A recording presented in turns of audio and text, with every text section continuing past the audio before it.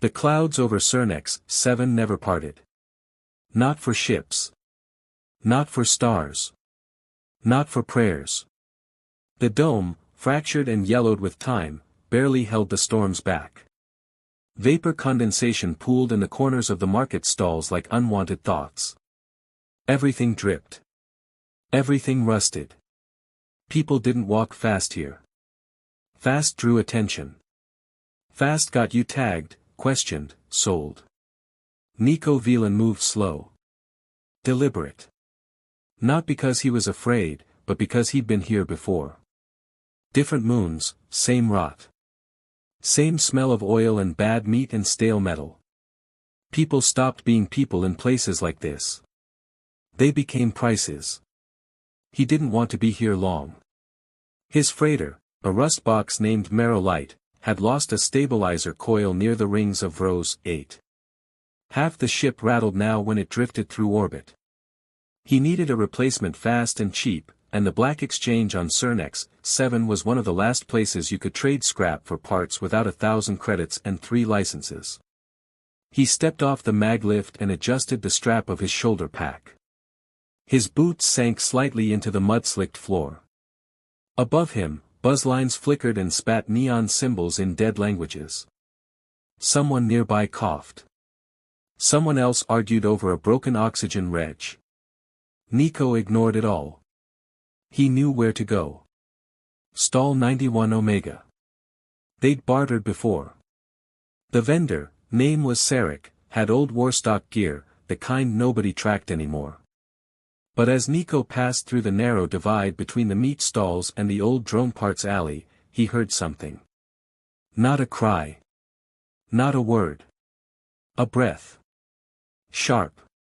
Cut off fast. Like someone had flinched in pain and swallowed it. He stopped.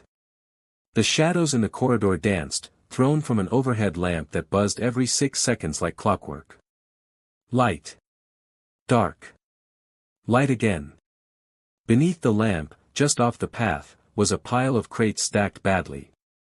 And near them, on the ground, half hidden, was a girl. No, not a child. Not quite.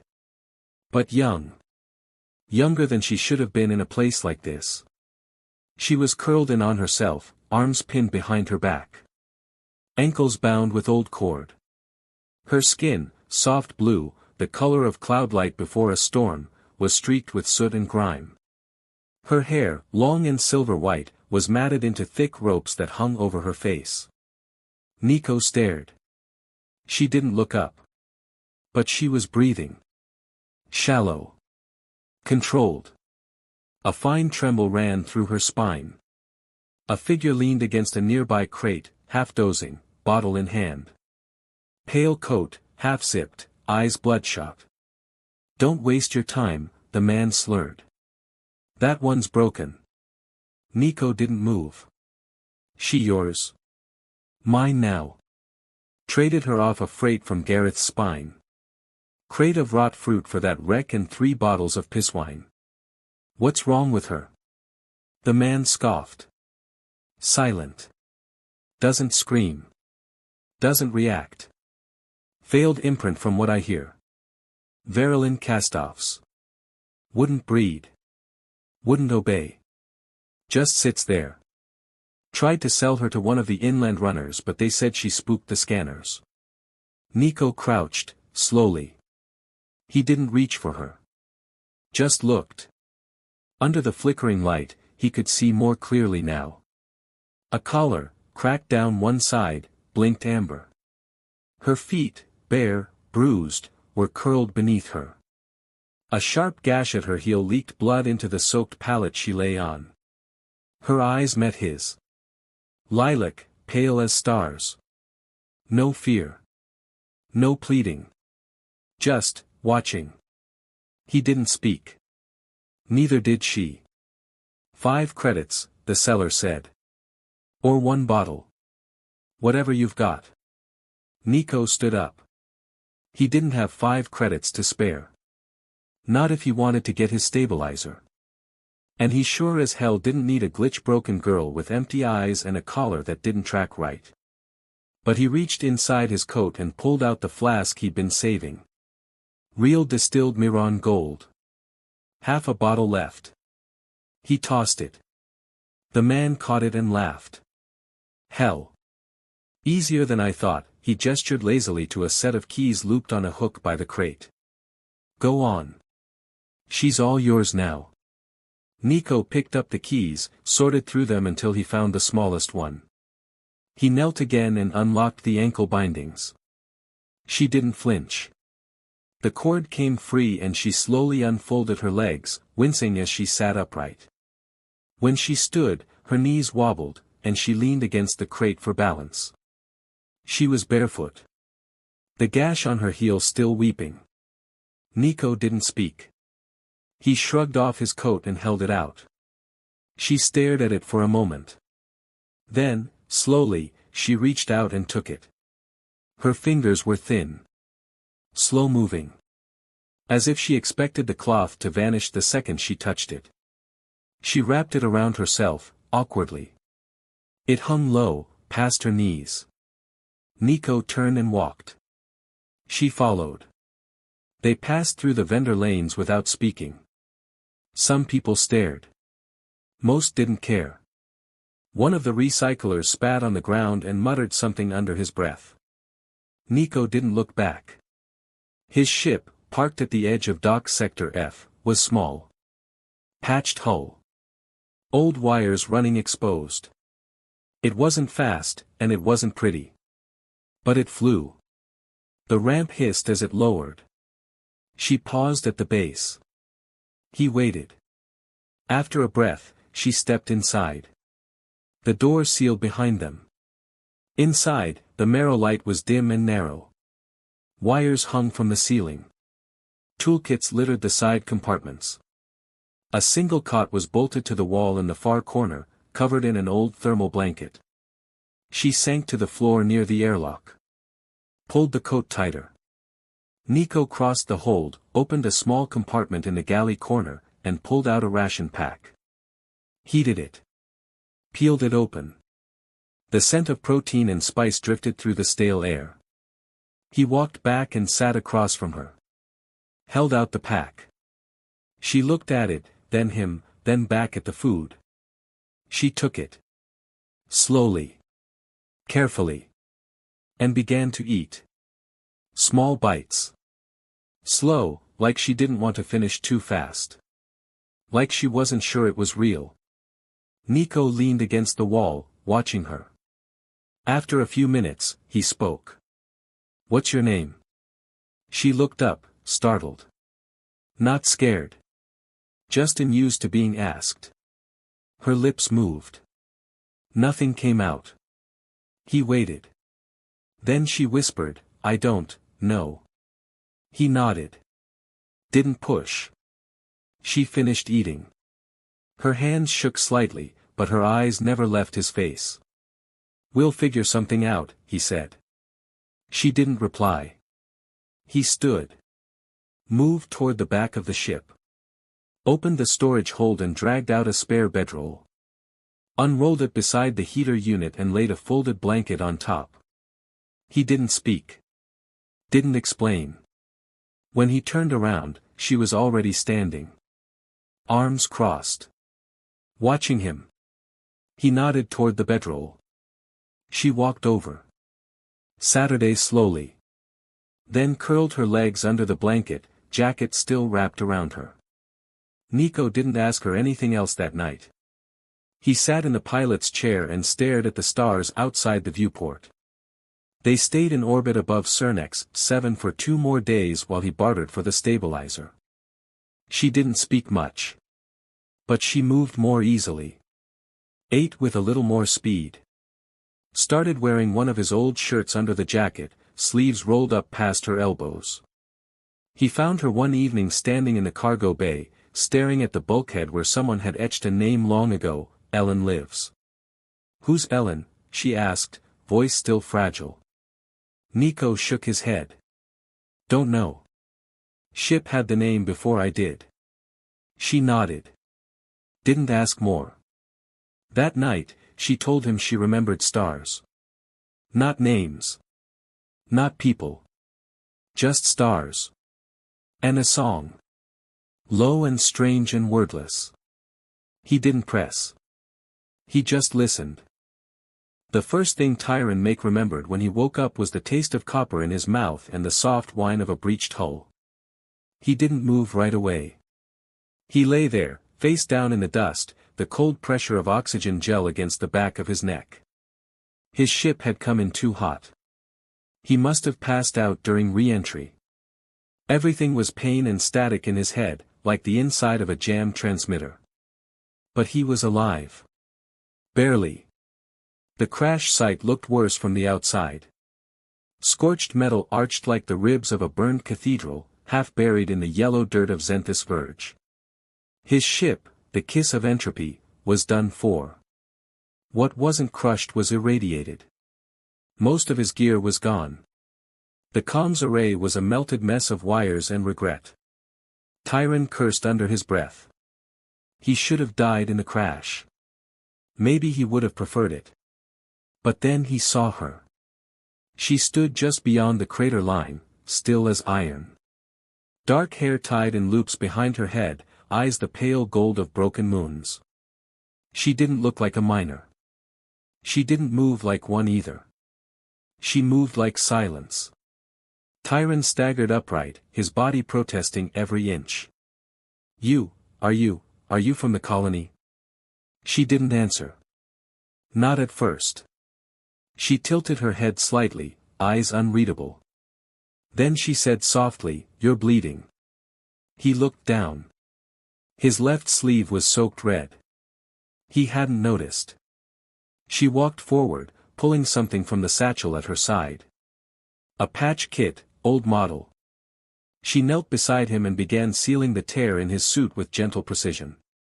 He watched her hands work. Pale fingers. Practiced. "You live here?" he asked again, softer now. "Not really." "You a medic?" Her eyes flicked to his. "Not anymore." He didn't ask what she meant. After that, she helped him back to the mining colony, more a graveyard of modular units than a living outpost. Everything smelled like crushed ore and recycled heat. She led him to a low shelter near the edge of the ridge. The sign above the door was burned out, but the interior was clean. Bare. Filled with hand-drawn sketches taped to the walls. Lines. Spirals. Faces. "You alone out here?" he asked. She nodded. He slumped onto the bunk. "Great." She brought him water. Not filtered, but clean enough. He drank. "My name's Tyron," he said. "Tyron Make. I was a linguist. Mostly corp work." She sat across from him. Didn't speak. Just stared at him, as if reading something deeper than sound. After a pause, he asked, "And you?" "Lyrak," she said. He waited, but that was all she gave. By the second day, his fever broke. She fed him synth veg and salted starch packs, watched him sleep with something close to curiosity. Sometimes, he'd wake to find her standing near the door, drawing shapes on the wall with her finger. Invisible shapes. Like she was remembering something only she could see. Tyron noticed something else. Whenever he winced from his wound, she winced too. When he tried to sit up too fast, her hand went to her own ribs like she felt it. When he cried out in his sleep, she woke in a sweat, as if the dream had been hers. On the third night, he asked her about it. She was quiet for a long time. Then finally, she said, "They put it in my head. The mirror implant. I was part of a trial." Mirror. Emotion transference. Empathy amplification. I was supposed to feel what others felt. Make treatment easier. People trusted you faster if you felt like they did. He stared at her. "That sounds like hell." She didn't disagree. "Why are you here?" She shrugged. Ran. Hid. From the core. From myself. He didn't say anything after that. But when he lay back down, she didn't leave the room. Days passed. Weeks, maybe. Time moved strangely in Zenthis Verge. No sunrises. Just long gray light and sharp cobalt shadows. Tyron slowly rebuilt his strength. Walked more. Talked more. He told her about the corp work, how he defected when they started using language analysis to trigger trauma responses in refugees. How he ran before they locked his thoughts behind clearance walls. Lirak listened. Sometimes she mirrored his emotions exactly. Sometimes she didn't. He never knew which was more painful. She told him almost nothing. But she always looked at him. Like he was a book she couldn't read. Like she wanted to. One morning, he found her in the old processing yard, sketching patterns into the dust with a bent wire. Spirals again. Always spirals. You draw a lot, he said, watching her. She didn't look up. It helps. With what? The noise. In your head. In the world. He sat beside her. Not too close. Just enough. After a moment, he picked up another wire. Began tracing lines beside hers. They didn't speak for a while. But the quiet felt full. One night, during a storm, acid rain and static wind tearing at the dome edges, he found her in the supply room, shaking. Not from cold. You okay? He asked. Her eyes were wild. Her breath shallow. He stepped back. Gave her space.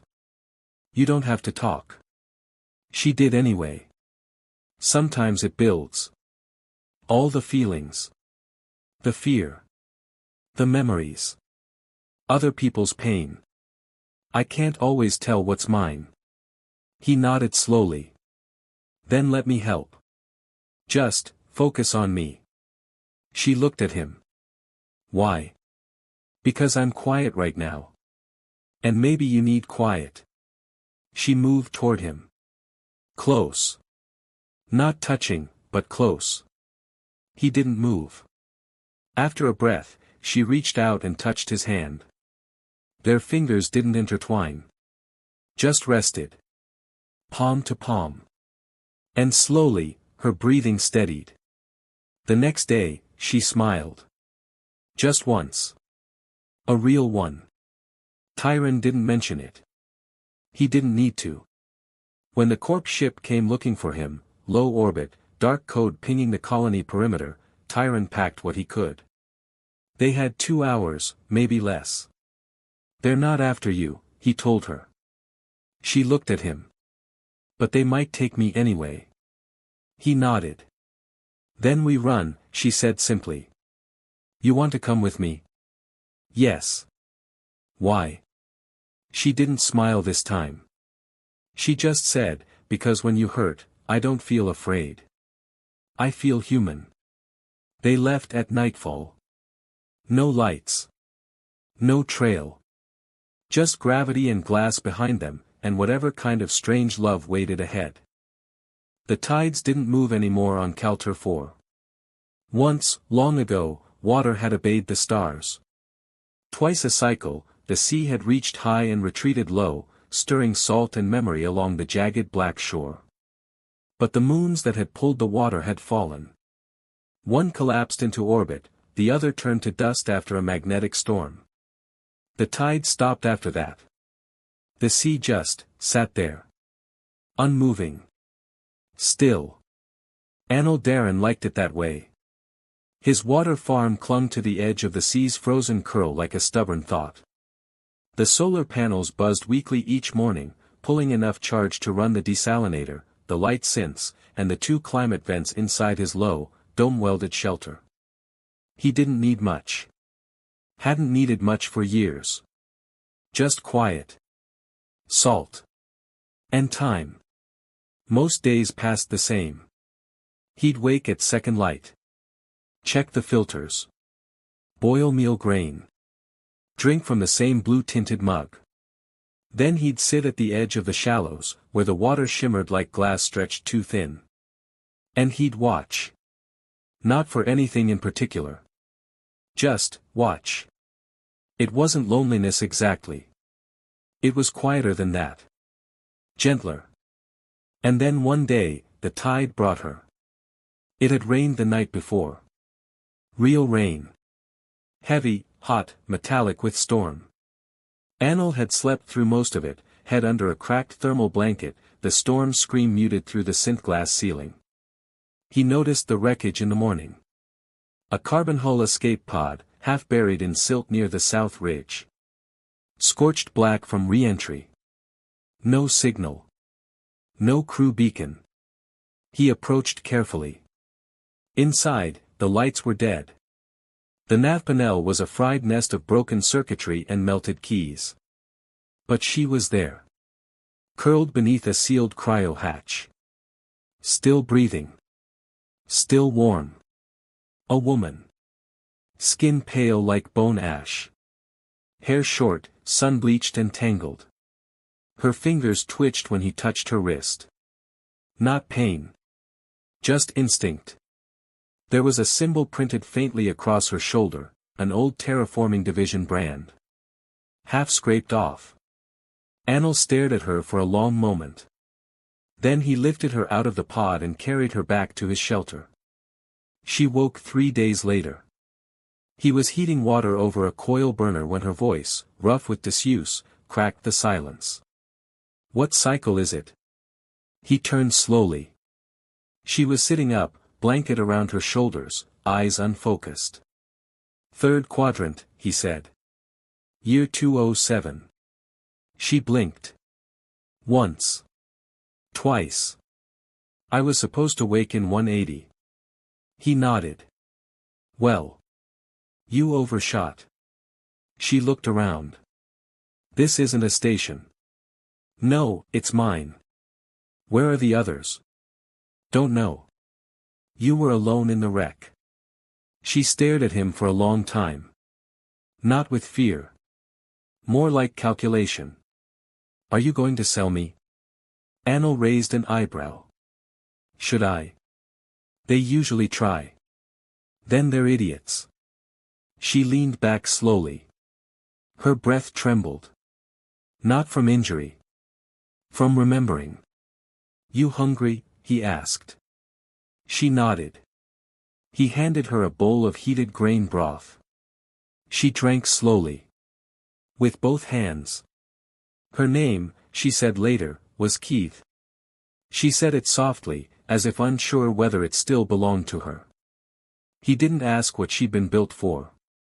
He could guess. The implants along her spine, barely visible beneath her shirt. The flicker in her pupils when the sun changed angles. The way she flinched when the wind made a certain pitch. She was synthetic, but only just. A drone in a human shell, designed for complex terramath, emotional compliance, and ecosystem control. Anil had heard of her kind before. Most had been scrapped after the Third Rebellion. Some disappeared. But not her. Not yet. The first week, she barely spoke. She walked barefoot through the shallows each morning, trailing fingers through the water like she was searching for a memory hidden just beneath the surface. Anil didn't press. He just watched from the ridge, eyes half shielded from the sun. Some nights she hummed. Low, strange melodies that didn't come from any language he knew. They curled in the corners of the shelter like ghosts, soft and unfinished. Once, he asked, "Do you remember anything from before?" She shook her head. Then where does the music come from? Her voice was a whisper. The sea. They fell into rhythm. Not love. Not yet. Just presence. He fixed the desal filters. She cleaned the weather sensors. He mapped the soil levels. She etched data into the old copper plates he used to catalog algae growth. Sometimes they ate together. Sometimes they didn't. But always, they sat near the sea at dusk. One day, she said, "I don't think I was meant to survive." He didn't argue.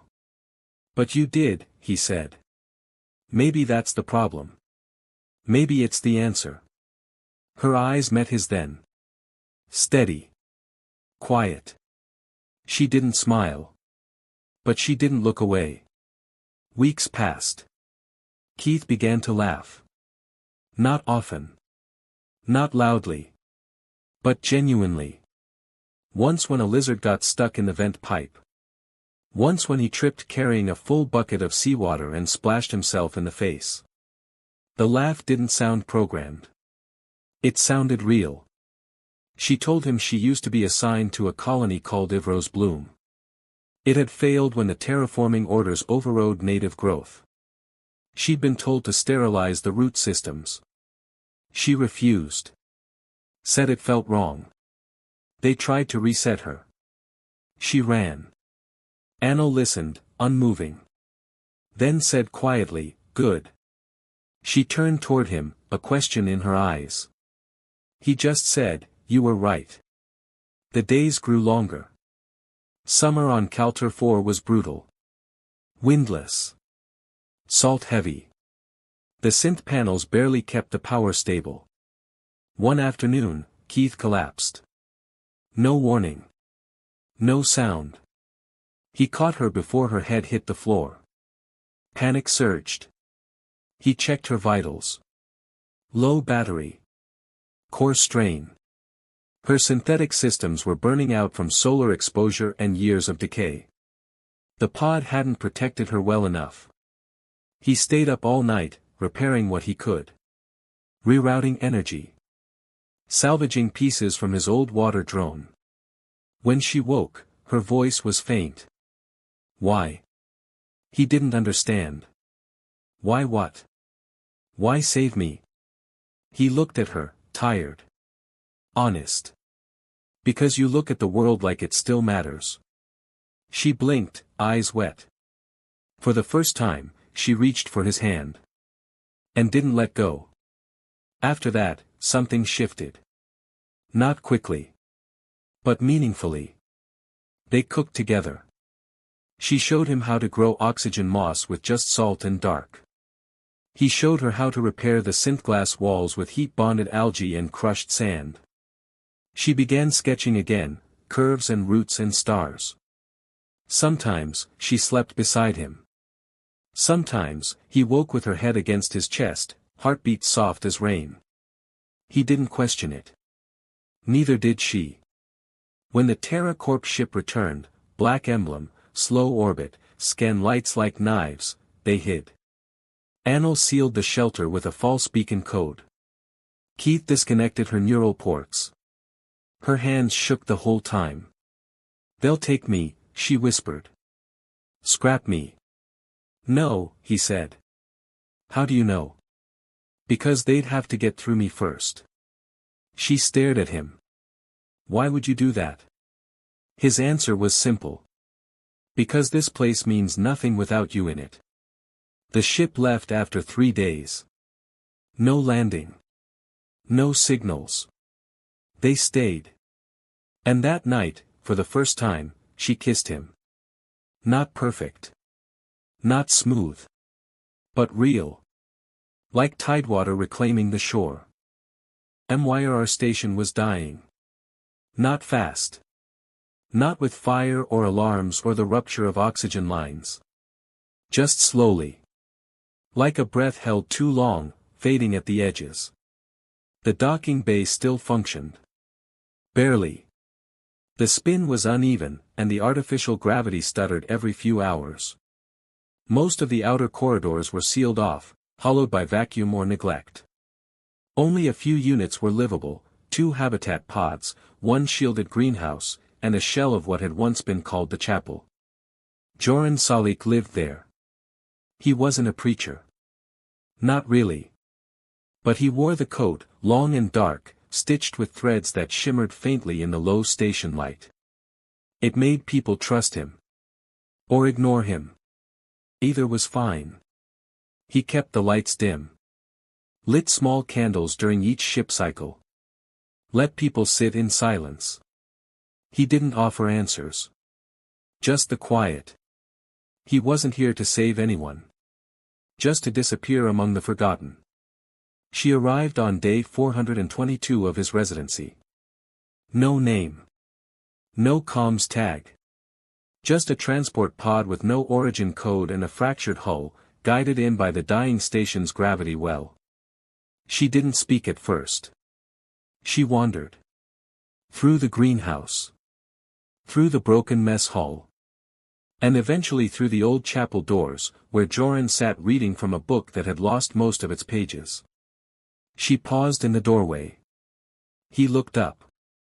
She was thin, wearing a long coat that didn't match the weather of any planet within 4 jumps. Her hair was silver blonde, coiled in loose braids. Her boots were scorched. And her eyes. They were the color of dusk through smoke. Deep. Unfocused. Like memory that never settled. You looking for something? He asked gently. She blinked. Once. I don't know. He nodded, closed the book. Then you're in the right place. She didn't give a name. He didn't ask again. Instead, he offered her space. A cot in the side room. Food from the ration stores. Quiet. She spent most of her time sitting in the back corner of the chapel, watching the flame of the central candle. Her hands would twitch, now and then. As if remembering how to move a certain way. Like muscle memory that hadn't caught up with thought. Once, she hummed. Only for a moment. Low. Soft. A single, aching note that stopped Joran in his tracks. He knew that sound. He didn't know from where. On day 6, she said quietly, I used to play. Play what? He asked. Everything. He waited. In the halls of Arkin's core. In the domes of Oslavin. In the gardens of the twin orbitals. He stared. Those are performance stations. You were a musician. She didn't answer. But later, he found her in the greenhouse with a rusted old hydroflute someone had left behind cycles ago. It barely worked. But she coaxed sound from it. Not melodies. Not yet. Just fragments.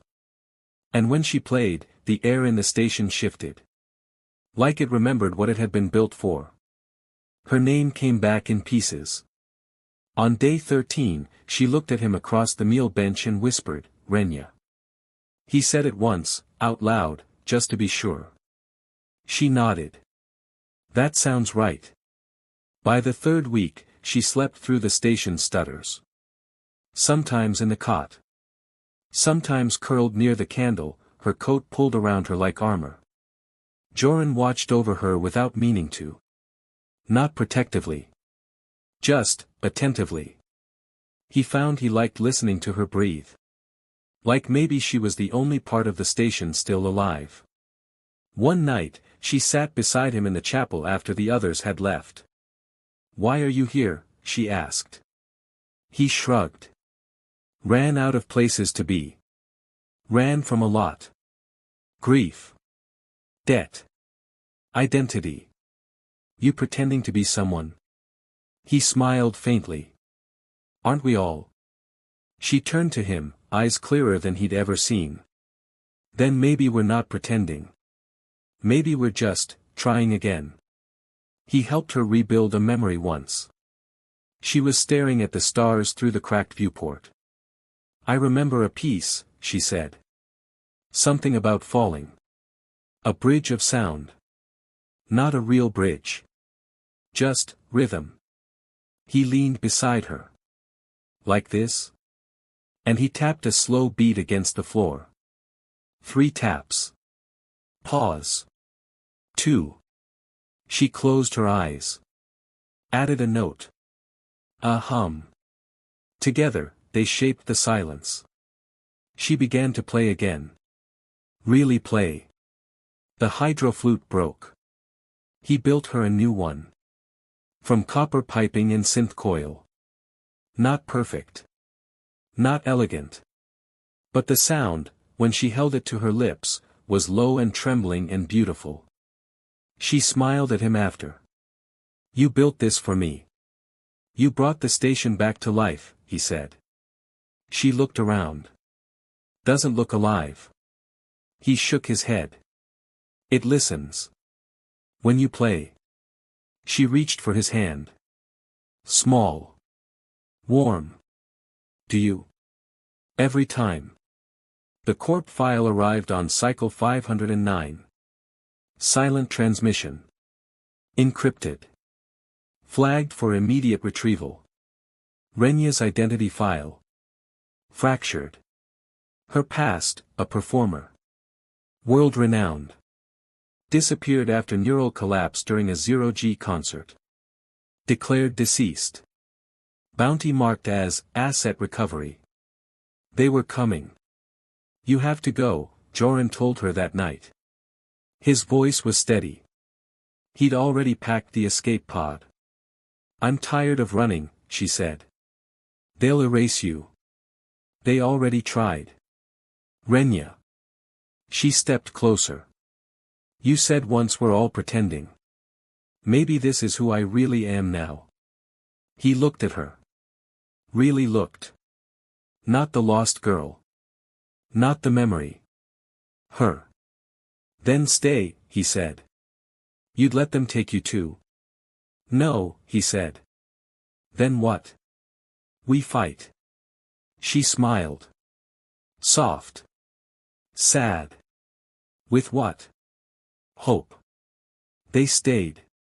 And when the corp team arrived, cold suits, scan probes, data masks, Renya played.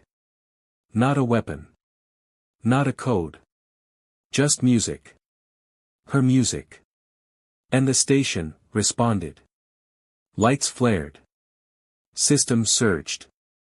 The station pulsed like a heart-finding rhythm again. The corp left. Confused. Unfulfilled. Uncertain. But gone. Later, when the candles burned low, Joran held her hand beneath the glow of the viewport. "Are you afraid?" he asked.